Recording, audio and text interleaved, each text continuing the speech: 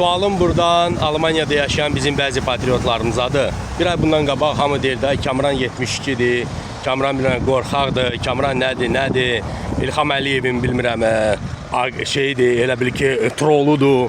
Adınızı çəkməyəcəm, amma mən sadəcə bir ay bundan qabaq dedim ki, xanımı söymək olmaz. Fərqi yoxdur. Kimin yoldaşıdır? Sadəcə kişilərə yaraşmır. Onun statusuna görə və yaxud yaşına görə bir xanımı söymək. Siz də başladınız, ay Kamran 72-dir, Kamran belədir, Kamran elədir. Kamran artıq 10 gündür Almanyadaydı. 10 gün 4 şəhərləri gəzirdim. München idi, bilmirəm, Kölndür, Bondur, oradır, buradır. Hər gündə videoları paylaşırdım.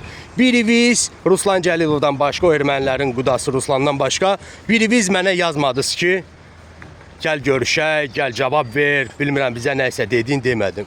Niyə məni axtarmadınız, tapmadınız, oturub çay içmədik, danışmadıq, nəysə eləmədiniz mənə qarşı. Sualım budur mənim əzlərim. Yenə də deyirəm, mənim siyasətdən heç bir marağım yoxdur.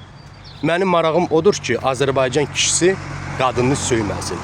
Fərqi yoxdur onun, yaşı, statusu və s. Bir olaq, xoşbaxt olaq. Fərqi yoxdur. Dünyanın hansı tərəfində Azərbaycanlılar var, hamısının canı sağ olsun. 100 il yaşasınlar və hər Azərbaycanlımızla fəxr eləyək. Var olun, sağ olun.